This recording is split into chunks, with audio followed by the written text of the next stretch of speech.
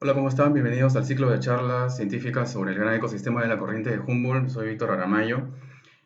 Hoy estamos con la charla número 2 a cargo de un especialista en macroalgas. Eh, Antes de dar la presentación a esta especialista, quiero resaltar una de las últimas publicaciones en las cuales ha estado ella involucrada junto a otros investigadores, justamente hablando de macroalgas, que es el título de la temática de la cual hoy nos va a hablar. Se trata de este libro sobre la guía para el reconocimiento de campos de macroalgas del Callao, un libro excelente que recomiendo con el auspicio del Instituto del Mar del Perú, Le Concitet, Fondesit, La Molina, y el título es Guía para el reconocimiento en campo de las macroalgas de Callao, en la costa central de Perú. Si ustedes no tienen esta edición física, ustedes pueden ingresar al repositorio del Instituto del Mar del Perú y descargar este y otro material científico que ustedes deseen, es de acceso gratuito. Al finalizar la charla, vamos a dejar el vínculo para que ustedes puedan ingresar y puedan hacer la búsqueda de esta información en detalle. Ahora voy a presentar a nuestra conferencista. Ella es Patricia Carvajal. Patricia Carvajal es bióloga, zoóloga de la Universidad Nacional Mayor de San Marcos, tiene estudios de maestría y es una investigadora del Instituto del Mar del Perú. Ella ha trabajado y trabaja en varios proyectos relacionados con macroalgas en el ecosistema Humboldt, específicamente en los últimos años en la zona central, en la costa central de Perú, y tiene mucha experiencia relacionada con no solo con este campo, sino con otros invertebrados que viven en asociación con macroalgas. Ella trabaja en el área de diversidad marina del Instituto del Mar. Y bueno, ahora a dar paso a Patricia y también dar la bienvenida a, a Jorge. Hola Jorge, hola Patricia, ¿cómo estás? Buenas noches ya. Y Jorge, ¿cómo estás? Buenas noches, Víctor. Buenas noches, Patricia. Buenas noches a todos los que nos están asistiendo el día de hoy. De nuevo, estamos animados por esta segunda sesión de este ciclo de charlas bien interesante. De nuevo, nuestra expositora hoy día tenemos a Patricia, va a dar una charla muy interesante, como está mencionando Víctor. Yo nada más los invito a dejar todas sus preguntas en la transmisión en vivo que se está realizando a través de la plataforma de Facebook, en la página de la Facultad de Ciencias Biológicas de la San Marcos. Pueden dejar sus preguntas en cualquier momento de la presentación y al final de la charla se dará lectura a esas preguntas para que Patricia pueda responderlas. ¿Listo? Con eso te dejamos, Patricia. Patricia, si pudieras por favor activar tu micrófono para... Me parece que lo tienes desactivado.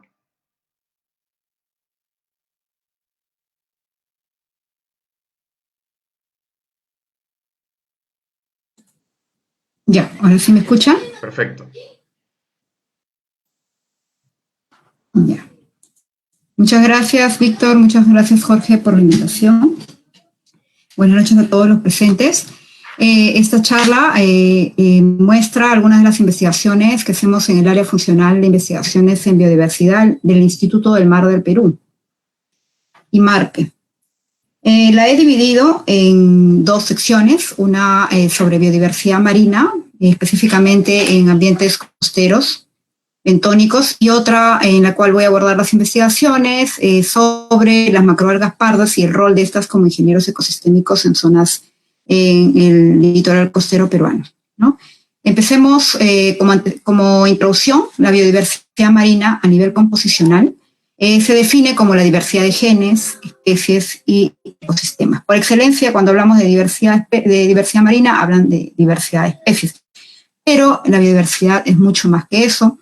Este es solamente los tres niveles composicionales. La biodiversidad también incluye un componente estructural. Disculpa, Patricia, disculpa que te interrumpa. Tal vez estás compartiendo tu pantalla. A ver. ¿Podrías compartir tu pantalla? Tal vez se ha desajustado o has dejado de compartir, tal vez. Ya. Entonces no están viendo el PPT. Aún no. Ya voy a colocar. Creo que ahora sí.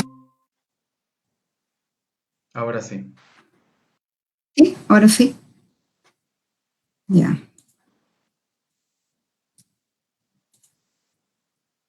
Voy a ponerlo. Bueno, como les comentaba, la biodiversidad a nivel composicional tiene 3 niveles: genes, especies, ecosistemas, pero la biodiversidad marina es mucho más que eso. También abarca un componente estructural por el cual se estudia cómo estos diferentes componentes en cada uno de estos niveles se interrelacionan. Y el nivel funcional, que implica las interacciones, los procesos subyacentes a estos diferentes componentes en cada uno de estos niveles. Nosotros en el área de biodiversidad hemos empezado tradicionalmente con los estudios a nivel composicionales en el nivel específico. En recientes años hemos comenzado a trabajar en nivel genético en aspecto composicional, ¿no? Como les voy a detallar. Los trabajos que hemos realizado han estado orientados a la caracterización de la diversidad marina en ambientes costeros, orientado principalmente enfocado a grupos de invertebrados y macroalgas.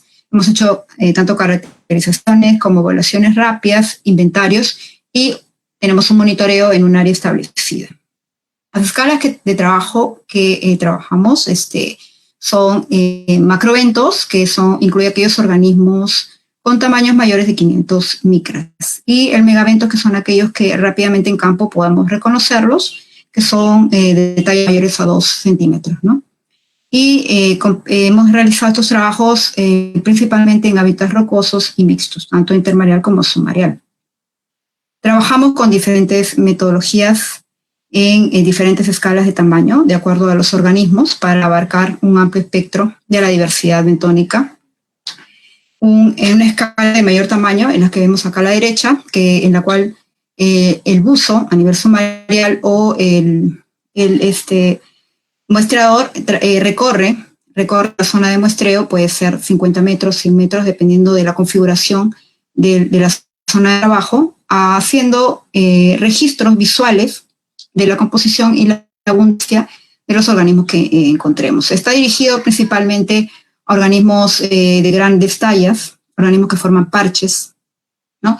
Un segundo nivel es en el cual usamos ya cuadrantes, pueden ser estos de 1 metro, de 1 metro por 1 metro, o de 50 por 50, puede ser grillados o no, dependiendo del organismo o de la comunidad objetivo. Y en estas dos escalas de tamaño, no procedemos a extraer muestras, son más registros in situ. Finalmente, tenemos un tercer nivel en el cual, una escala de tamaño más pequeña, de 25 por 25 generalmente, en el cual sí extraemos en la comunidad bentónica, y luego se evalúa, se revisa en laboratorio, ¿no? Esta información nos ha permitido, en ciertas localidades seleccionadas, establecer el gradiente de distribución batimétrica de las especies. En intermareal hemos trabajado esto en Ancón, en la Bahía de Pocosana, y a nivel submareal lo hemos abordado en el Callao, en Isla San Lorenzo y en Cavinces. También hemos desarrollado inventarios de especies en ciertas localidades. El inventario más avanzado que tenemos es el que se encuentra frente a Imarpe, en Isla San Lorenzo y alrededores. Hemos registrado hasta el momento 324 especies, tanto algas como invertebrados, incluyendo 27 especies comerciales y 3 ingenieros ecosistémicos, ¿no? Siempre los grupos más diversos han sido los anélidos, moluscos y artrópodos. Estos trabajos nos han permitido a nosotros tener información tanto de ocurrencia como información gráfica, que luego hemos sintetizado para elaborar diferentes guías para el reconocimiento rápido de esas especies. Por ahora hemos trabajado estas 4 guías de invertebrados con valor comercial, que incluyen bivalvos, gasterópodos, bivalvos, cefalópodos, braquiolos, anomuros y langostinos, ¿no? Estas guías han estado orientadas para el registro de embarcaderos de las especies que en los muelles son registradas por observadores de campo, tanto del Instituto del Mar del Perú como del Ministerio de Producción, ¿no? Estas guías brindan información visual y se detallan las características diagnósticas o aquellas de rápido reconocimiento, que ayudan al rápido reconocimiento en campo, ¿no? Distribución, nombre científico, nombre común y otras características generales, ¿no? Tenemos una muestra de la guía de gasterópodos. También hemos trabajado en macroalgas. En macroalgas hemos trabajado inicialmente con caracterizaciones, inventarios florísticos basados en características morfológicas, ¿no? Para la identificación de las algas. Sin embargo, a partir del año 2005 abordamos ya el aspecto genético, la diversidad genética en pleno código de barras.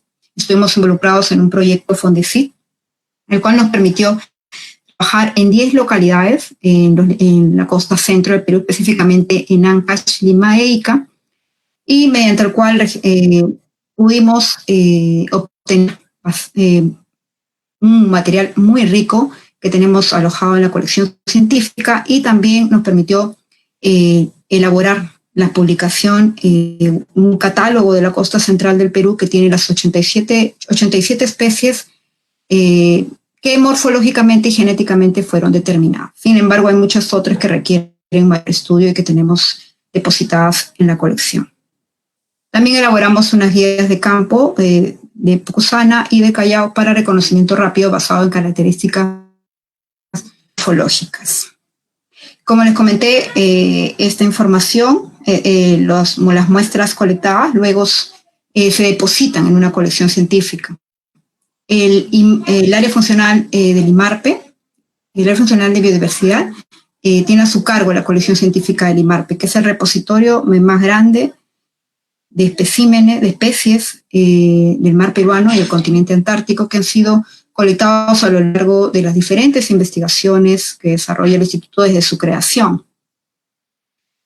En esta colección tenemos subcolecciones de peces, moluscos, crustáceos, nidarios, equinodermos, poríferos y macroalgas, en diferentes estados de conservación, ¿no? En estado de conservación líquido o seco, o incluso también muestras para futuros estudios moleculares, ¿no? Guardadas en alcohol o en sílica gel.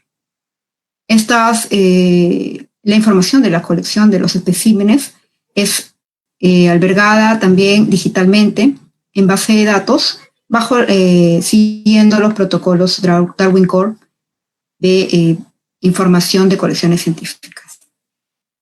Esta información está actualizada hasta hace 2 años. Ahí ya el número ya de registros ha crecido en cada uno de estos grupos. Los grupos más importantes que tenemos en invertebrados son los crustáceos, los moluscos y los equinodermos. Tenemos colecciones más pequeñas de nidarios y briozoos que han sido creadas en los últimos 5 años, y todas ellas requieren un constante trabajo y son material muy rico para la realización de estudios taxonómicos, ¿no? No solamente de estos grupos, sino de otros grupos. En sí, el trabajo en la colección científica en el país afronta el problema del impedimento taxonómico, ¿no? Con limitada posibilidad de disponibilidad de especialistas en taxonomía que ayuden a la identificación del material que tenemos colectado, ¿no? Que esperamos que en años subsiguientes las nuevas generaciones de biólogos puedan ayudar un poco a suplir este vacío, ¿no? Con esto ingreso a la otra sección en la cual hemos realizado varias investigaciones sobre las macroalgas pardas que tienen un rol de ingeniero ecosistémico.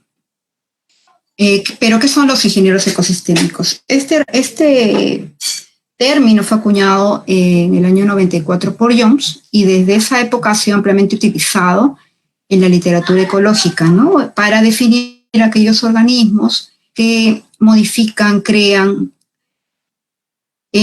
la disponibilidad de hábitat, ¿no? Esta alteración puede ser positiva o negativa. Se incluyen especies como el castor, los pastos marinos, los corales, los poliquetos que forman arrecife y los kelps. Bueno, entre otros, además, ¿no? ¿Pero qué son los kelps? Son los organismos que a nosotros nos motivan muchas preguntas de investigación. Los kelps agrupan a las especies de macroalgas pardas del orden laminariales.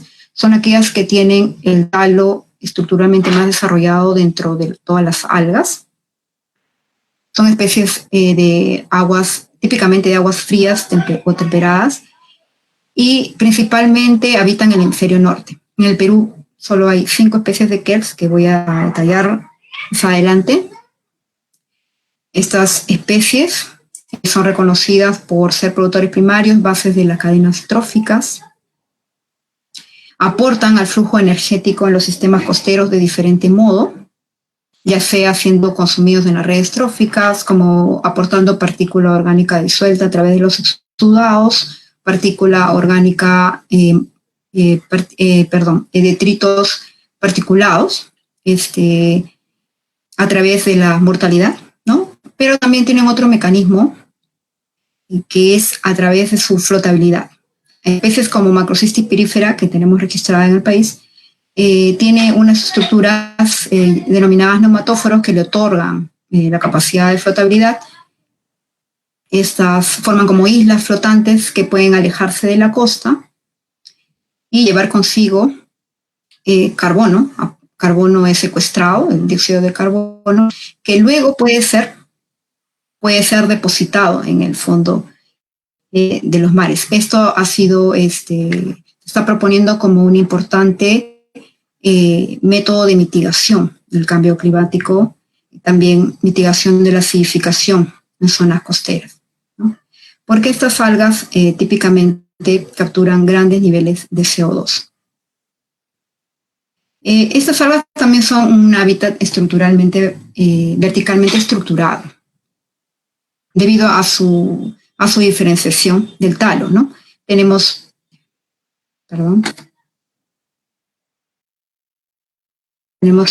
un rizoide, que es el símil de la raíz. En las plantas superiores tenemos el estípite y las láminas, y una sección flotante, en el caso de Macrocystis pirífera, ¿no? Que debido a que presentan los neumatóforos, ¿no? Esta sección flotante puede ser bastante notoria, como observamos acá en la fotografía superior, y esto modifica ampliamente el entorno en que se encuentran estas algas, ¿no? También se reconoce su gran complejidad estructural, que alojan un gran número de especies, ¿no? En estos diferentes compartimentos. Entonces, estas algas, por su estructura y también por las grandes densidades que alcanzan a nivel intermareal, que forman praderas, o a nivel submareal, que forman grandes bosques, disminuyen el flujo del oleaje, el paso de la luz, estabilizan el fondo, alteran las tasas de sedimentación, constituyen hábitat, refugio, alimento, entre otros aspectos que modifican el sistema donde se encuentra. En el país tenemos 5 especies, 2 especies del género Eisenia, 2 especies del género Lesonia y Macrocystis pirífera. Las especies de Lesonia tienen un hábitat, tienen una distribución restringida a Perú y Chile. Eisenia cockeri tiene un hábitat, tiene una distribución restringida a Perú y las islas oceánicas chilenas. Y Eisenia gracilis se encuentra hasta el momento registrada solamente para Marcona.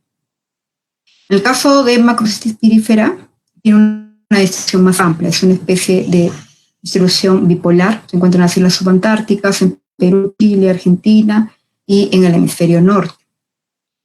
Esta especie en el Perú la encontramos desde Lima hasta Tacna, ¿no? Es llamada sargazo, bolas, habita tanto en el intermareal como en el submareal y puede medir hasta 10 metros de longitud. Sin embargo, en California la encontramos hasta 60 metros de longitud. Otra, Lesonia trabeculata habita en el submareal, desde los 2 metros hasta los 15 metros aproximadamente. Es conocida como palo. Y Lesonia nigrescens, que ahora es Lesonia berteroana, de acuerdo a estudios moleculares, se habita solo en el intermareal hasta los 2 metros de profundidad en el submareal. Eisenia coqueri, el sargazo chato, lo encontramos desde el norte del Perú, desde Isla de la Tierra o un poco más al norte, hasta Paracas y Ica. Esta especie tiene mayor tolerancia a aguas cálidas, a diferencia de los géneros Macrocystis y Lesonia, que son más afectados por épocas cálidas, ¿no? Y finalmente tenemos Eisenia gracilis, que es una especie muy poco estudiada en el país por su naturaleza endémica.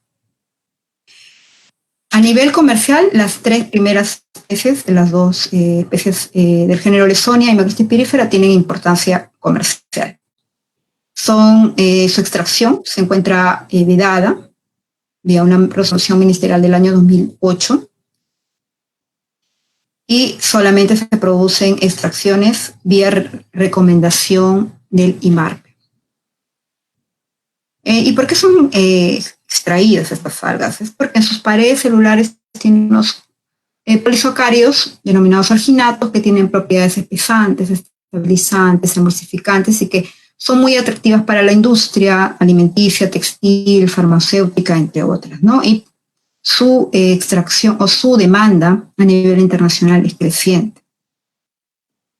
En el caso de Eisenia coqueri, se le menciona como especie potencial, ¿no?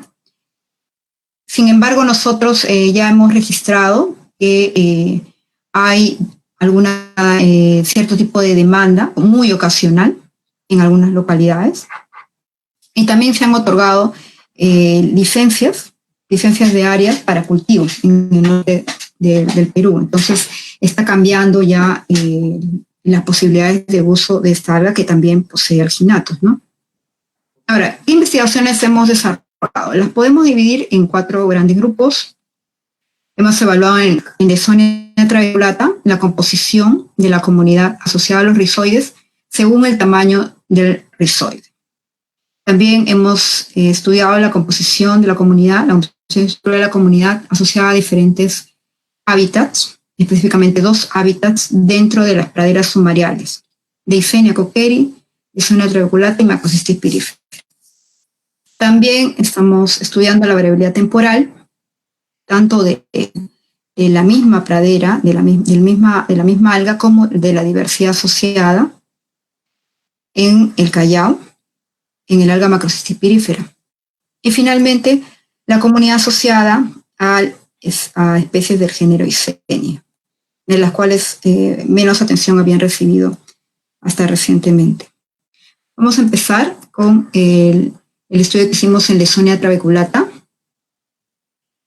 Estas, como vemos, tanto en los principales grupos que se encuentran en los rizoides son los moluscos, artrópodos y anélidos a nivel de composición, y tanto en abundancia como en biomasa dominan los moluscos y los artrópodos, ¿no? Con respecto les voy a explicar cómo trabajamos metodológicamente. Nosotros extrajimos diferentes tamaños de rizoide definidos por el diámetro máximo del rizoide, que es la medida máxima que puede medir un rizoide, como vemos acá en el lado izquierdo, ¿no? Este DMR, le llamamos nosotros, o diámetro máximo, fue el indicador para obtener las muestras. Obtuvimos un mismo número para tamaños de 0 a 5 centímetros, 5 a 10, de 10 a 15 y así sucesivamente.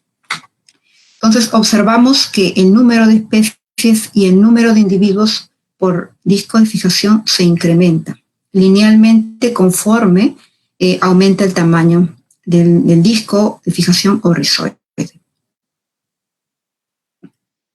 Y interesantemente, a partir de 20 centímetros del grupo 5, el rango de tamaño que es a partir de los 20 centímetros hasta los 40, la diversidad el número de especies y la abundancia es significativamente superior.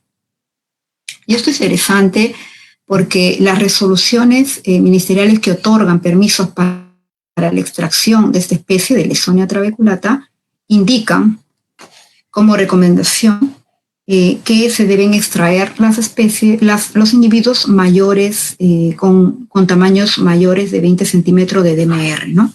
Entonces, se están extrayendo, cuando se extraen estas plantas, se está extrayendo un importante componente de la diversidad submareal. Otro trabajo que hemos realizado es, hemos evaluado, comparado la diversidad que hay en los rizoides y en los espacios interdisco en 3 especies submareales: Ixenia cockeri, Leysonia trabeculata y Macrocystis pyrifera. Perdón. Y para atrás.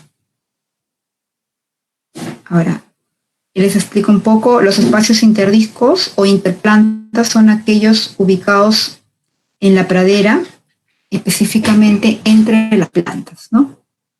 Principalmente son sustratos rocosos que nosotros hemos colectado a través de muestreos destructivos.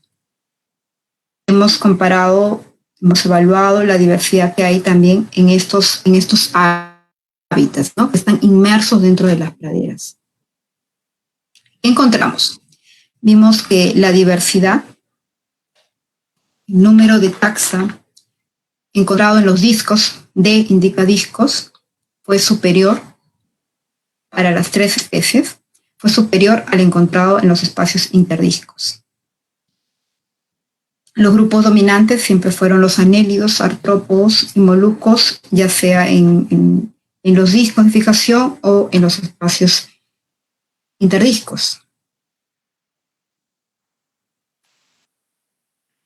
Con respecto a los indicadores ecológicos, encontramos, por ejemplo, mayor riqueza, mayor diversidad en los discos de fijación. Ups, me fui para atrás otra vez.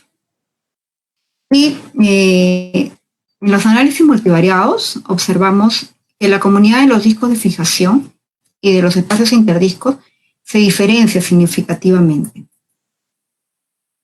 Esto fue corroborado en el análisis que vemos acá, el análisis de ordenamiento, escalamiento multidimensional, fue corroborado con análisis Permanova y se observa que sí hay diferencias.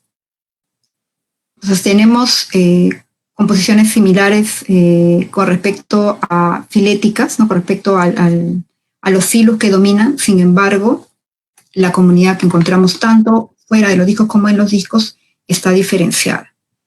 A su vez, dentro de cada pradera observamos una comunidad particular, ¿no? Ixenia cockeri, una comunidad diferenciada de Macrocystis pyrifera, y a su vez esta de Leysonia trabeculata, ¿no? Entonces, cada una de ellas, cada una de estas praderas contribuye en las zonas donde se encuentran a alojar un importante componente de la diversidad bentónica, el cual se diferencia tanto esté en el rizoide o fuera del rizoide. Un tercer trabajo es desarrollado en el Callao. Específicamente tenemos un monitoreo para evaluar la variabilidad temporal, tanto de la misma alga en sí, de Macrocystis pyrifera, como de las comunidades que se asocian a esta especie. En este trabajo nos hemos enfocado en 4 hábitats. Trabajamos espacios interdiscos, pero en fondos rocosos y también en fondos mixtos, porque el fondo somero de alrededor de Isla San Lorenzo tiene un fuerte componente de sustratos mixtos. Entonces las praderas están inmersas tanto en fondo rocoso como en mixto. Y también hemos trabajado la comunidad, hemos evaluado por primera vez la comunidad que hay presente en las frondas. Las frondas se entienden como conjunto del estípite y de las láminas, ¿no? de esta alga. Y también la diversidad asociada a los rizoides. Adicionalmente, hemos trabajado mediante transectos la comunidad de megabentónica existente en estas praderas. Hemos encontrado en cada uno de los hábitats evaluados una comunidad diversa, incluso en las frondas. Diversa a nivel filético y también diversa a nivel funcional, como podemos ver en la gráfica inferior, ¿no? En cada uno de estos hábitats encontramos importante número de phylums en la parte superior y también casi todos los grupos funcionales.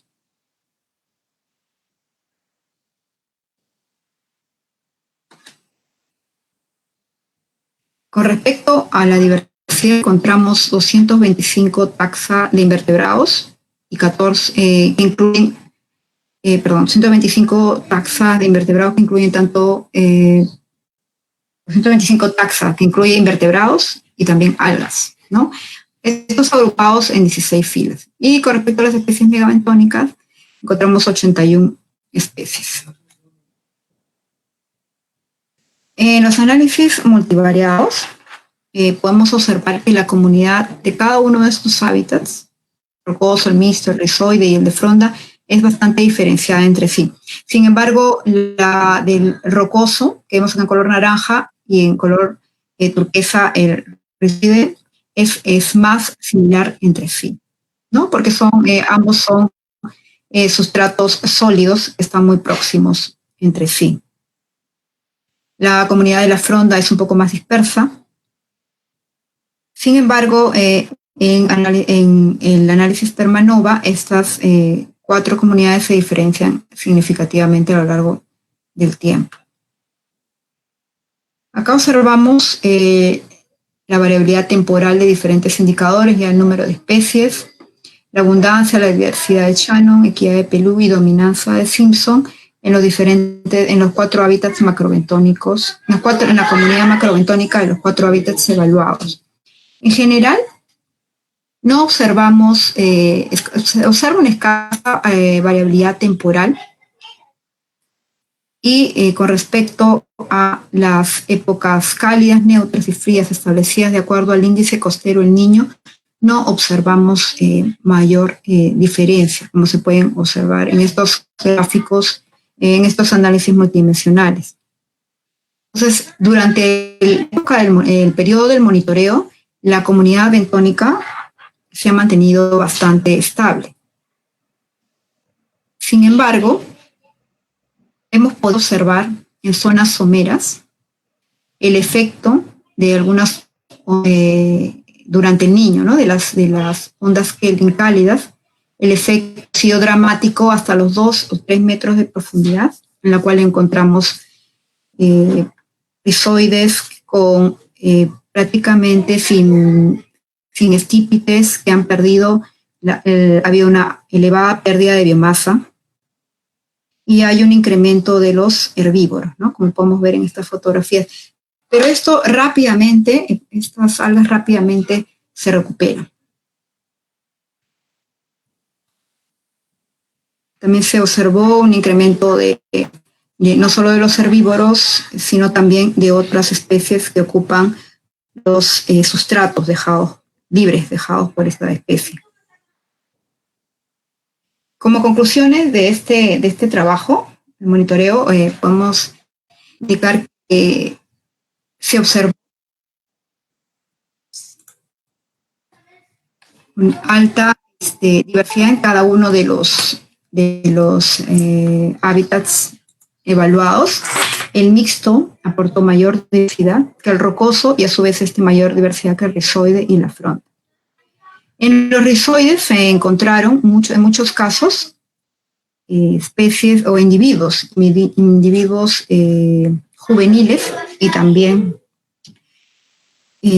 lo cual nos indica que esta es una zona de crianza, ¿no?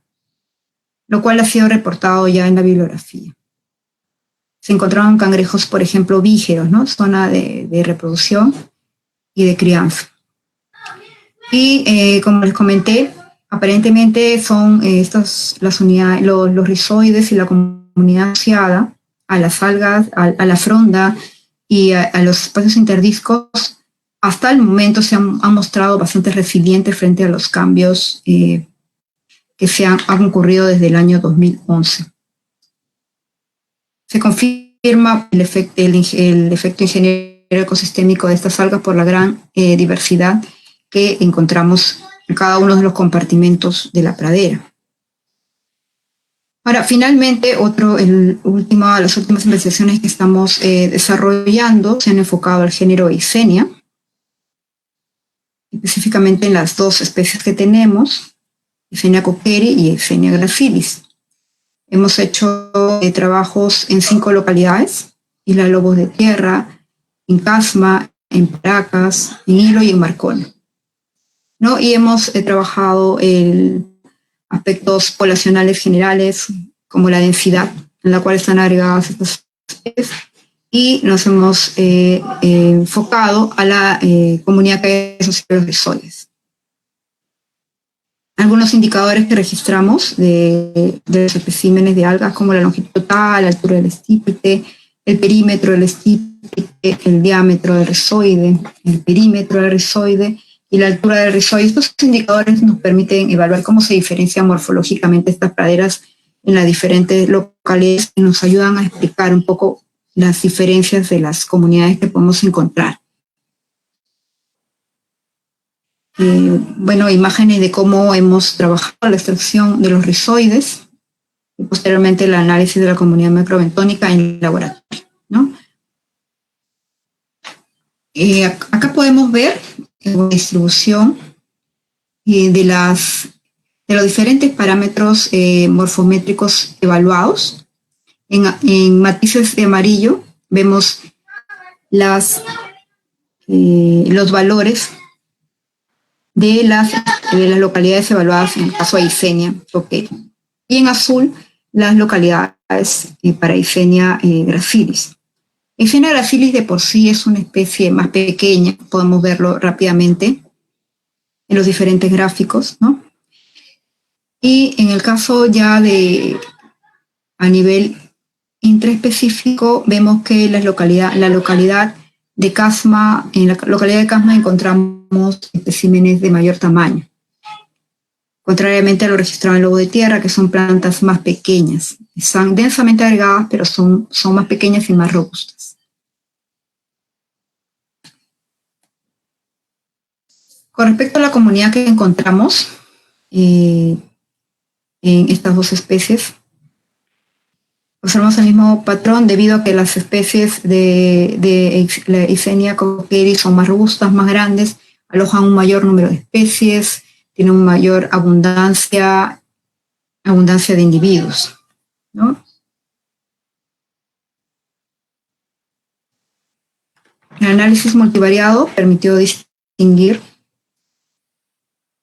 a la comunidad de las 5 localidades evaluadas, ¿no? En el lado derecho, en rojo y en rosado, vemos las localidades de Eisenia gracilis, y en el lado izquierdo, en azul, turquesa y verde, están las localidades de Eisenia cockeri.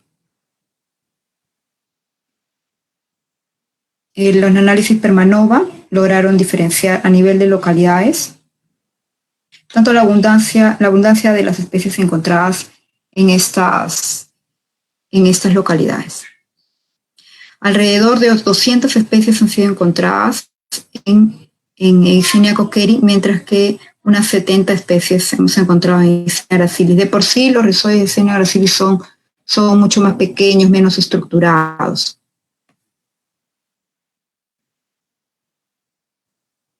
Como conclusiones de este trabajo, las plantas de Eisenia cockeri en general son mucho más robustas, de mayor tamaño y envergadura que las de Eisenia gracilis. Eisenia gracilis, para sorpresa de nosotros, también alojó un importante número de especies. Cuando los colectamos, inicialmente no parecían alojar más que unas 10 especies, sin embargo, su revisión ya minuciosa en laboratorio cambió estos resultados.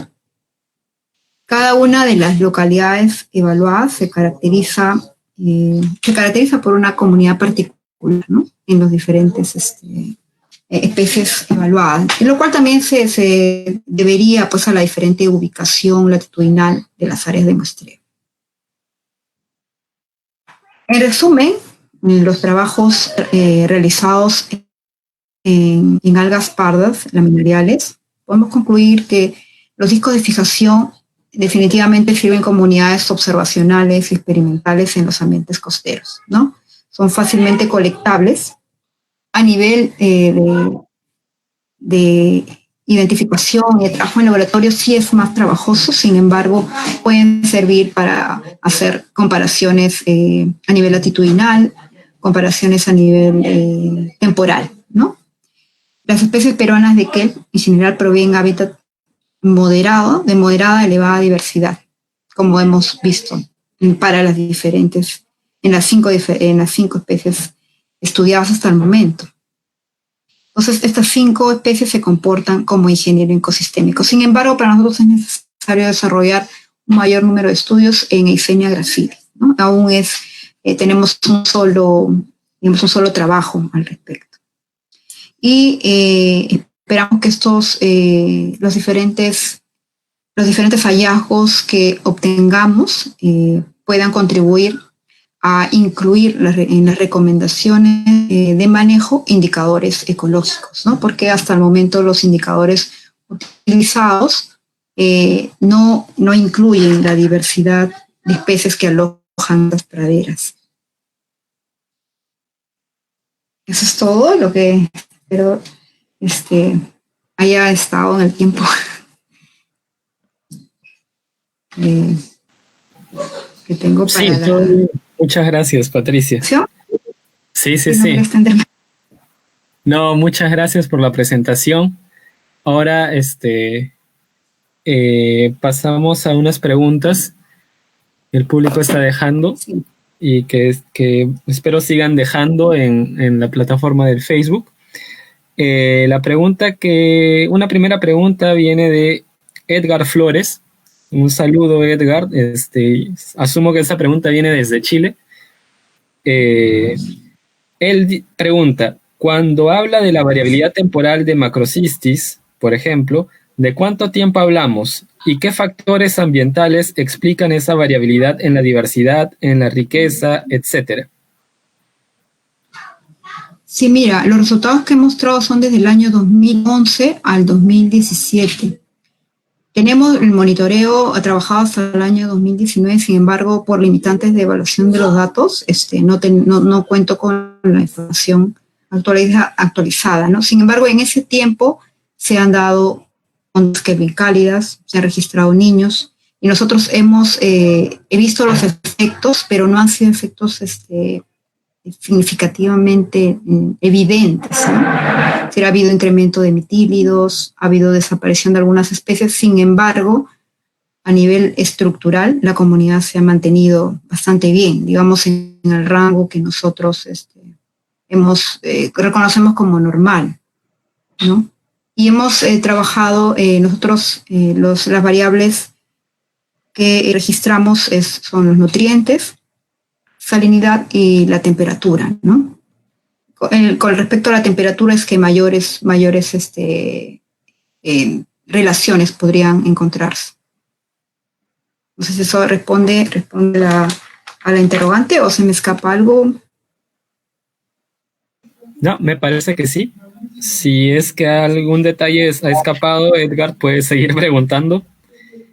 Una segunda pregunta viene de Daniel Isla Torres. Él dice, ¿existen indicios de contaminación con plásticos o desechos dentro de las comunidades bentónicas monitoreadas cercanas a poblaciones humanas? Y si esto tiene relación con los índices ecológicos. Mira, nosotros durante los muestreos sí hemos encontrado bastantes efectos o digamos evidencia de basura en los fondos, ¿no?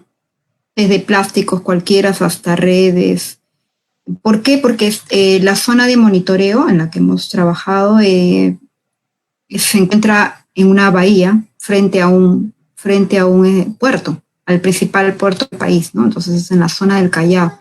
Y específicamente en esa zona sí hemos encontrado evidencia frecuente de basura. Incluso cuando estamos en la zona trabajando, a veces vienen corrientes llenas de agua con restos de basura, ¿no?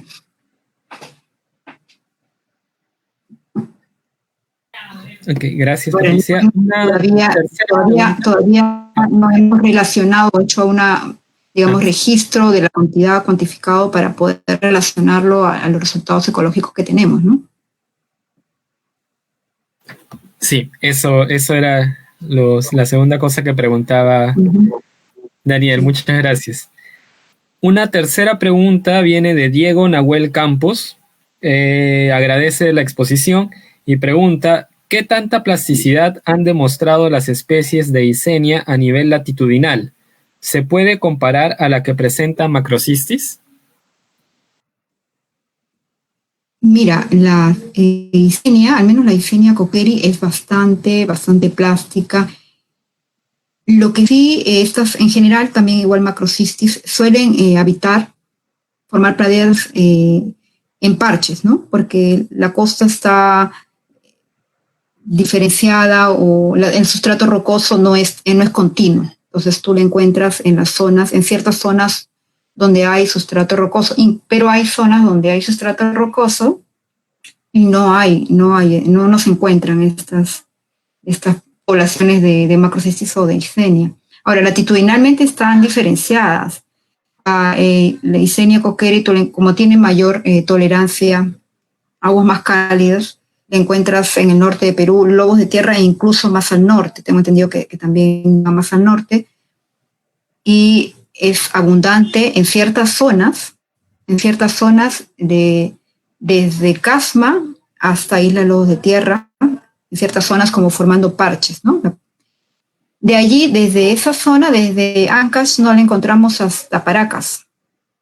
Probablemente hayan poblaciones un poco más sumergidas, no lo hemos registrado nosotros, ni en el Callao, ni en otros locales que hemos visitado. Y Macrocistis pirífera, en cambio, se encuentra más hacia el sur, ¿no? Lo encontramos desde Lima hasta Hilo. Y ahora, a nivel de plasticidad, el Macrocistis es reconocida por su alto crecimiento, son bastante plásticas. Nosotros no hemos todavía hecho trabajos en Eisenia cockeri para comprobar esto, ¿no? Tendríamos que desarrollar un mayor número de estudios para poder ver si tiene esa misma resiliencia y plasticidad que Macrocistis pirífera. Muchas gracias, Patricia. Hay una pregunta más de Bruno Ceballos Gil. Él pregunta: ¿se ha estudiado la microbiota asociada a bosques de macroalgas en Perú? Microbiota se refiere a como microorganismos. Sí, asumo que es microorganismos, no define si necesariamente pueden ser bacterias o eucariotas. Mira, no tengo entendido que hayan estudios en ese sentido. Incluso tampoco hay estudios de medioventos o de algún otro componente, ¿no? De la diversidad. No. Solamente nosotros al menos trabajado macroventos y megaventos. Incluso, tengo entendido que ya está desarrollando estudios en peces, en Eisenia, asociados a Eisenia, pero de ahí hacia abajo, digamos, en escalas de tamaño más pequeñas, no tengo entendido que los desarrollados estudios hasta el momento.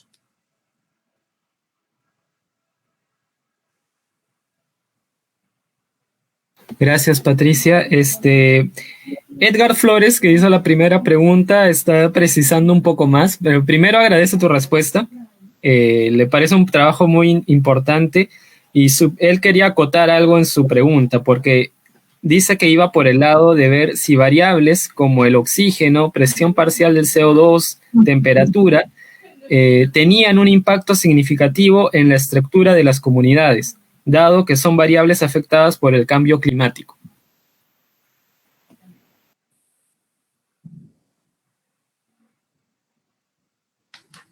Mira, los oxígenos, sí, eso yo me olvidé mencionar que sí registramos oxígeno disuelto. Pero ¿sabes qué? La zona de monitoreo en la cual nosotros trabajamos es de la comunidad bentónica es de 4 a 6 metros de profundidad.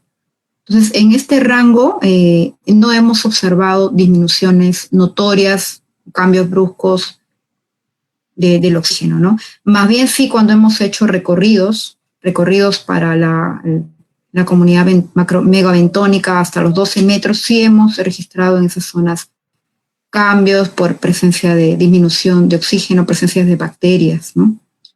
Pero en la comunidad macrobentónica no hemos registrado esos cambios debido a la disminución de oxígeno. Si eso responde un poco. Y a nosotros todavía nos falta relacionar nuestros resultados con la disponibilidad ahora de información satelital que hay, ¿no? Esperamos encontrar mayores hallazgos al momento de analizar la información en este sentido, ¿no? Perfecto, muchas gracias, Patricia. Mientras aparece una pregunta nueva, yo aprovecho y me cuelgo de la pregunta de Edgar. Él ha mencionado algunos factores que son importantes en el sistema carbonato. Y tú al inicio de la presentación mencionaste la importancia que se está empezando a discutir de estas praderas, ¿no? En el tema de la acidificación. Sí. Yo personalmente he visto algunos trabajos en California donde mencionan de que el impacto o el efecto contra la acidificación de estas praderas es importante y puede ser muy significativo y favorece también a las comunidades que viven dentro de estas praderas. ¿Hay algún plan de evaluación en IMARPE sobre esto? Mira, nosotros estamos queriendo implementar en el monitoreo un mayor de variables, registro de variables abióticas, ¿no? Pero este año, bueno, el monitoreo quedó totalmente paralizado, es más, no hemos podido realizar ninguna toma de información hasta el momento, ¿no? Entonces, sí pensamos replantear, digamos, algunos registros de las variables abióticas, ¿no? Porque ahora hemos incluso ya conversado con Michelle Graco del área de oceanografía, en la cual ella está muy interesada en apoyar el registro de diferentes variables en las praderas, ¿no? Que puedan ayudar a evaluar cómo estas contribuyen a disminuir la acidificación en zonas costeras, ¿no? También hay un proyecto, el proyecto Kelper, que está orientado a trabajar esta temática de cambio climático y praderas de macroalgas. Está orientado por ahora en Estonia, tengo entendido. Van a trabajar en diferentes zonas del litoral centro y sur del Perú y también en Chile. Tienen varios puntos de trabajo en Chile y que van a comenzar a trabajar varios interrogantes en este sentido, ¿no? Y nosotros nos vamos a acoplar a este proyecto, ¿no? Para tratar de relacionar nuestros resultados con los hallazgos que ellos puedan también encontrar. Sí, qué bueno que menciones al proyecto Kelper. Parece que es un proyecto entre Perú y Chile, ¿verdad? Con fondos estatales de Perú y Chile, ¿es cierto? Sí, tiene financiamiento de Inglaterra. Ese proyecto estaba planteado para empezar este año, pero bueno, la coyuntura imposibilitó totalmente todo eso. Y de ese proyecto va a hablar un poco más Roberto Uribe en su presentación más adelante en estas charlas, ¿no? Sí, exacto, tienes razón. Él está incluido en este proyecto. Tal vez una última pregunta de parte de mí, Patricia. Tengo curiosidad en qué tan frondosas pueden ser estas praderas y en algo de la metodología, ¿dónde suelen hacerse los muestreos de la fauna asociada? ¿Tiene que ser en el centro de la pradera o es más hacia la periferia, que es más accesible? Y si se han hecho estos dos tipos de muestreo, ¿hay alguna zonación interna en la pradera? Sí, creo que son 3 preguntas. A ver. Perdón, me emocioné. Me dijiste si en algún lugar en particular se extraen las muestras, ¿no? Las muestras Sí, de por sí en el rango batimétrico, nosotros hicimos primero, antes de empezar, al menos el monitoreo, hicimos un barrido de praderas en toda la isla San Lorenzo y encontrar, porque está distribuida parchosamente en toda la isla, hay bastante componente de arena. Entonces, seleccionamos las zonas donde había mayor densidad, donde veía una pradera más amplia y con mayor densidad. Entonces, en esa zona hicimos luego la caracterización desde los 12 metros hasta los 2 metros de profundidad, que es el rango en el cual se encuentra el alga, y definimos que entre 4 y 6 metros se encuentran las mayores densidades de esta alga, y esa zona es la que trabajamos la extracción aleatoria de 10 muestras de plantas trimestralmente. Bueno, tratamos de que sea trimestral. Y de esas plantas es que extraemos el rizoide, las frondas, ¿no? Y las comunidades asociadas, las comunidades interdiscos o entre plantas también se colectan aleatoriamente en la misma zona donde se extraen las plantas, las algas. Eso responde, creo, a una de tus interrogantes, ¿no? Entonces es las zonas donde hay mayor densidad. Igual con el tiempo esto ha cambiado, ¿no? Eso fue una fotografía que nosotros obtuvimos en el 2010, empezamos el monitoreo 2011, entonces eso con el tiempo ha variado, pero las praderas en sí, en las que trabajamos, se han mantenido. No así ha pasado con otras zonas, digamos, donde también sabíamos que había macrocistis y de pronto desapareció, ¿no? Zonas más pequeñas. Pero rápidamente vuelve a colonizar. Esta alga tiene un crecimiento y recuperación bastante rápido. Sin embargo, la zona esta de San Lorenzo, cuando nosotros comenzamos el monitoreo, era el límite norte de distribución en el Pacífico Sur de macrocistis pirífera. Luego me han comentado que la han encontrado en Huacho, pero me parece que es una población o registros así poblaciones muy pequeñas, ¿no? Entonces la población de Isla San Lorenzo se mantiene a lo largo de los años. Es una población con una alta diversidad genética. Cuando han hecho estudios genéticos, han encontrado que la población de macrocistis pirífera del Callao específicamente tiene, con respecto a las poblaciones del sur, tienen otros haplotipos que no tienen las poblaciones, ¿no? De Marcona, por ejemplo. Entonces, esto se debería probablemente a que están expuestas a mayores cambios de temperatura, ¿no? Por su mayor cercanía a latitudes menores, ¿no? Digamos, tiene mayor resiliencia esta praderita que encontramos en San Lorenzo. Por eso también nuestro interés de monitorearla. Y bueno, las otras interrogantes.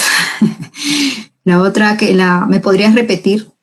sí, no, en la última era que si hay alguna zonación faunal entre el interior de las praderas y hacia la periferia, ¿no? Si es que hay diferencias entre la fauna encontrada. Sí, mira, a nivel megabentónico, que es nosotros realizamos transectos para caracterizar las especies de mayor tamaño, que la escala de macroventos en los cuadrantes que extraemos no caen, estas especies no pueden ser registradas, entonces hacemos recorridos perpendiculares a la orilla. Ahí encontramos una zonación de erizos, por ejemplo. Tetrapius está más próximo por darte un ejemplo, ¿no? Más próximo a la orilla, luego sigue el Canostrotus gibosus. A partir de los 5 metros ves más herbáceas, y así encuentras ese gradiente batimétrico diferenciado para estrellas, para moluscos, ¿no? Y en esos, San Lorenzo tiene el sustrato rocoso de esta zona protegida, que es la que trabajamos, está bien próximo a la orilla. A los 5 metros ya encuentras el sustrato rocoso más fragmentado. A partir de los 6 metros ya encuentras sustrato mixto. Entonces, definitivamente, la presencia de otro tipo de sustrato modifica la comunidad que está alojada, ¿no? Y así va haciéndose cada vez más mixto o más blando hasta que llegas a fondos fangosos a los 10, 11 metros, ¿no? Entonces, definitivamente sí hay un gradiente batimétrico de la distribución, una zonación. Perfecto. En el caso de no lo podemos ver porque es de la franja que trabajamos es muy corta, es entre 4 y 6 metros, ¿no?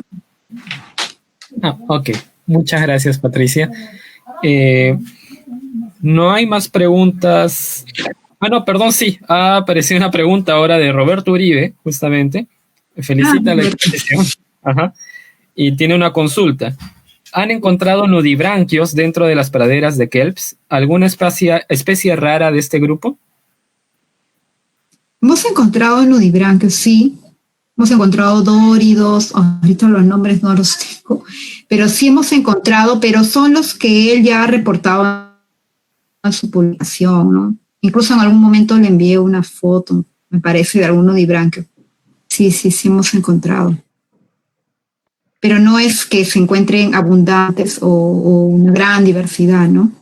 Sí, 3 especies, como mucho, sí. Ok, justo ha aparecido una pregunta más. Jean-Pierre Guzmán Urteaga agradece la exposición y pregunta si existe alguna relación de abundancia de sus principales pastoreadores y la pérdida de individuos en bosques de algas pardas. ¿En algún momento esta relación podría considerarse un peligro en estos bosques submareales? Sí, mira, nosotros en ciertas temporadas la presencia de tégula es bastante abundante, bastante abundante. No se ve un efecto en las frondas se ven más afectadas por la herbivoría, por el pastoreo de esta especie, sin embargo no se ve una afectación importante en cuanto a la densidad de estas algas, se mantiene, ahí parece un control natural de los pastoreadores y herbívoros que hay en la zona. Sin embargo, sí, cuando esta especie es afectada por, como mostré en la foto, por condiciones cálidas, por ejemplo, se nota un efecto importante de los herbívoros que comienzan a alimentarse de las plantas ya afectadas, de aquellas que han perdido biomasa, inmediatamente las encuentras llenas de gastrópodos, de erizos también. Pero este efecto, como te digo, lo hemos visto en zonas bien someras, 2, 3 metros, más allá de los 4 o 5 metros, las plantas se mantienen bastante bien. Sin embargo, en la literatura sí hay reportes del impacto fuerte, al menos sé que en Chile hay reportes del impacto bastante importante de pastoreadores sobre las praderas de algas. Listo, muchas gracias, Patricia. Parece que era la última pregunta. Tal vez Víctor. Sí, te dejo el micrófono. Ok.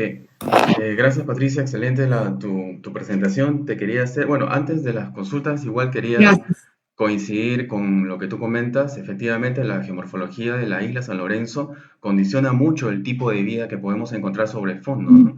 Porque tiene efectivamente afloramientos rocosos, tiene un fondo distinto que deriva un poco más de las características de la isla y a unos metros más allá, unos cientos de metros cercanos a la isla está el fondo fangoso, que es un ecosistema bastante distinto, de hecho.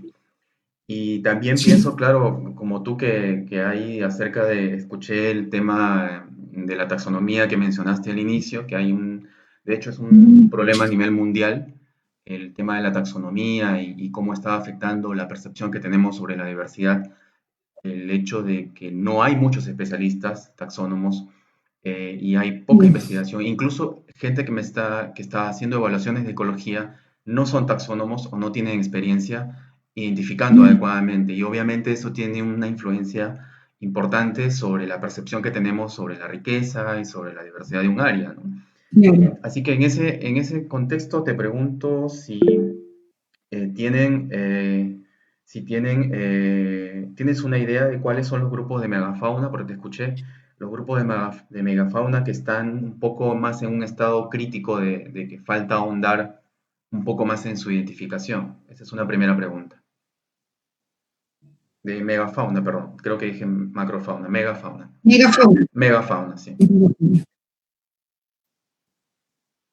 Mira, con respecto a la megafauna, más bien son los grupos más estudiados, porque por su tamaño también son de mayor, de fácil reconocimiento, ¿no? Digamos, en megafauna nosotros registramos las estrellas, los cangrejos, acordate los nombres comunes, ¿no? Los cangrejos, los moluscos de mayor tamaño. Entonces, en eso, en general, los artrópodos, los braquiuros, los anomuros, los equinoideos, asteroideos, los nidarios, las anémonas, son las anémonas de mayor tamaño, son rápidamente identificables y son los que más han sido estudiados, ¿no? A excepción de las anémonas, es decir, estos tres grupos, equinodermos, moluscos y crustáceos, son los más estudiados, los que más bibliografía hay. Equinodermos no tanto, pero digamos, a las especies megabantónicas sí son reconocidas rápidamente, ¿no? Yo creo que la mayor dificultad está en el macroventus, ¿no? Hay grupos que requieren una expertise de años para la identificación. Hay muchas especies que nosotros los dejamos en género, los dejamos en familia, y eso es un problema, pues creo que para todos los que hacemos trabajos costeros, ¿no? Y otros grupos la situación es más grave, por ejemplo, en los poríferos. Los briozoos, los hidrozoos, ¿no? Que son componentes del macroventus. Esos grupos los dejas a veces en filum o los diferencias como morfoespecies nada más, ¿no? A fines de poder hacer las evaluaciones comunitarias, pero no puedes llegar a más. Y ese mismo impedimento lo tenemos en tema de la colección. Tenemos muchas especies diferenciadas como morfoespecies, pero no las podemos clasificar como deberíamos, ¿no? Sí, además coincido con sí, coincido contigo además con el tema de que existe un potencial mucho mayor, yo pienso que mucho más que lo que actualmente se está reportando como diversidad asociada a los MR y en general asociada al ecosistema de macroalgas, ¿no? A este ecosistema o este hábitat que están formando macroalgas, porque para comenzar, el rango de tamaños de organismos que son capaces de habitar o de vivir y de adaptarse en este tipo de ambientes es mucho mayor al que podemos ver en campañas de muestreo que tienen que ver más con monitoreo y que entiendo bien están limitadas en tiempo y también en presupuesto, algo que es normal.